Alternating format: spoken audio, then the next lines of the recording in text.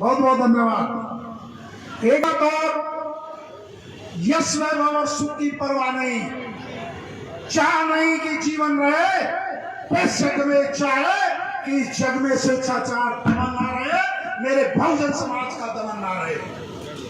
साथियों, सर्वप्रथम बाबा साहब और मान्यवर साहब को नमन करते हुए, सभी बहुजन महापुरुषों को नमन करते हुए, गुर्जर आरक्षण के जनक कर्नल करोड़ी पेशवा जी को नमन करते हुए और किसान नेता स्वर्गीय राजेश पायलट जी को नमन और वंदन करते हुए आज जयपुर की इस धरती पर आजाद समाज पार्टी और भीम आर्मी के इस बहुजन सलाब को मैं नमन करता हूं, सलाम करता हूं, सैल्यूट करता हूं। जो अपने संसाधनों से बिना खर्चे के, साइकिल के द्वारा, पैदल के द्वारा, बस के द्वारा, ट्रेन के द्वारा आप आज यहाँ इस सामाजिक न्याय के सम्मेलन में पहुंचे हो, मैं उन सभी आयोजन कमेटी के भाइयों का स्वागत करता हूं जिन्होंने पिछले कई महीनों से इस आयोजन के लिए बहुत संघर्ष किया, मेहनत की।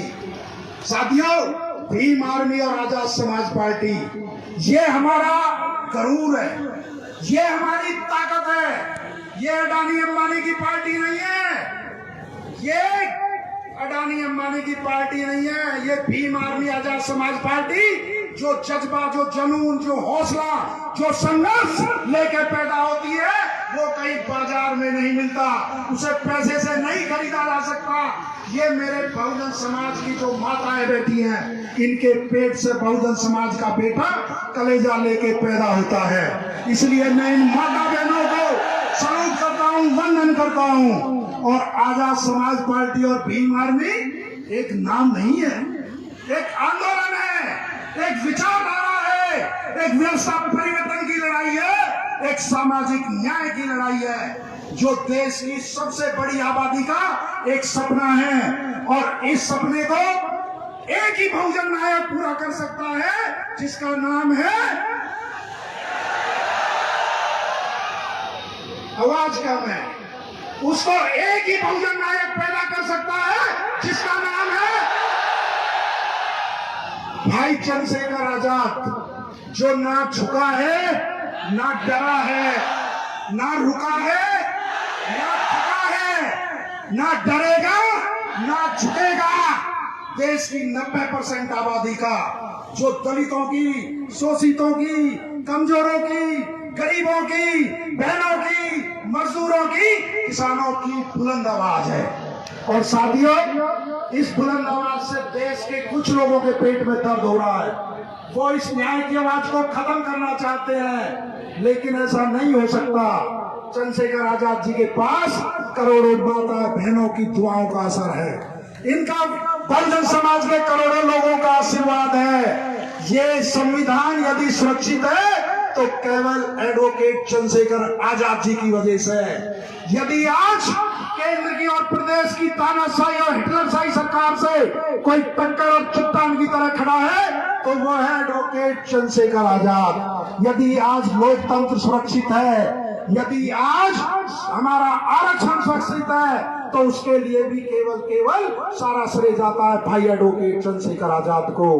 मैं एक बात और कहना चाहता हूं, क्योंकि मैं गुर्जर समाज से आता हूं और राजस्थान के अंदर गुर्जर समाज बहुत संख्या में रहता है, और ये वो वीरों की भूमि है जिन्होंने आरक्षण के लिए 73 अपने सपूत गवा दिए।